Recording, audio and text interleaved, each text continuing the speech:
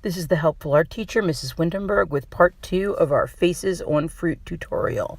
I took a selfie and I'm going to cut out the eye. I changed it to 300 pixels per inch, and I'm going to paste the eye as another layer on top of my apple, and I'm going to just start playing around with the transform tool. The one that seemed to be the most useful for this was warp. Anyway, now I'm going to use the clone stamp, and I'm going to clone whatever is underneath the eye.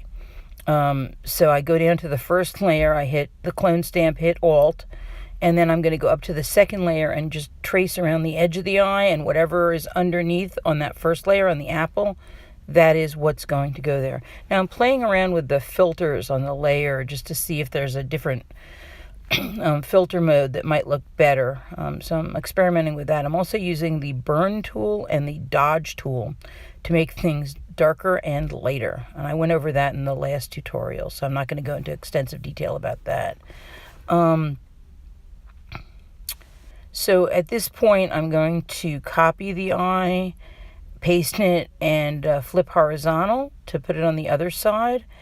And then I'm going to use the same technique of using the clone stamp, and also the same technique. I'm just going to rush through this of distorting it using the various transform tools. I'm selecting different parts of it and just really playing around with I think the warp is the most useful.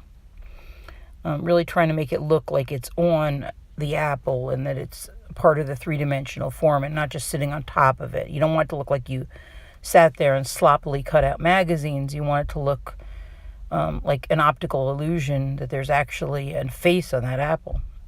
You want it to be believable. So it takes a lot of playing around with the warp tool to get it just the way you like it. Selecting different areas, using the burn and dodge tool to make sure that the light and shadows on the face are equivalent to the light and shadows on the actual apple. And then I'm going to go ahead and I'm going to take another selfie. And for that, I'm going to cut out the nose. So that'll be my next step. I'm just sort of rearranging this, positioning it, getting exactly where I want it. And then I'm going to go to another selfie, and I'm going to just cut out the nose, and I'm going to use all those same techniques with the cloning stamp to clone the apple underneath it. Well, first let me put it in position, and then use the transform tools to make it look like it's really growing out of the apple. Then I'm going to use the clone stamp. I'm going to go underneath and pick up the pattern of the apple, and I'm going to go now to the second, to the nose layer. And now that I've used the clone tool, I'm going to also use the burn and dodge tool. Here's the burn tool to make it a shadow under the nose, to make it a little darker. So that's what I'm doing now. I'm just using the burn tool, and I'm making it a little darker under the nose. And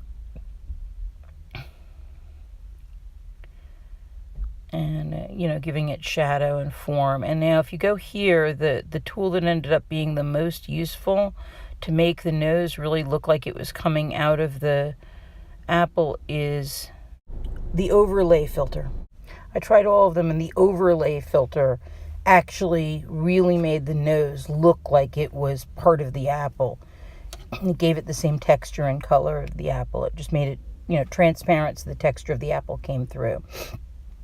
After you use the overlay filter, you can go around, use the eraser, the burn, the dodge tool, and the clone stamp to clean everything up, make everything the way you want it. And really, I could play around with this for hours. I see all sorts of little things I want to fix, but in the interest of time, I'm going to just leave the apple the way it is. I'm going to save it as a PNG. If you never resize the canvas, you want to save it to about, you can go image size and make it about 8 inches by 10 inches so that you can print it out. You don't want it to be a 45 or 50 inch file.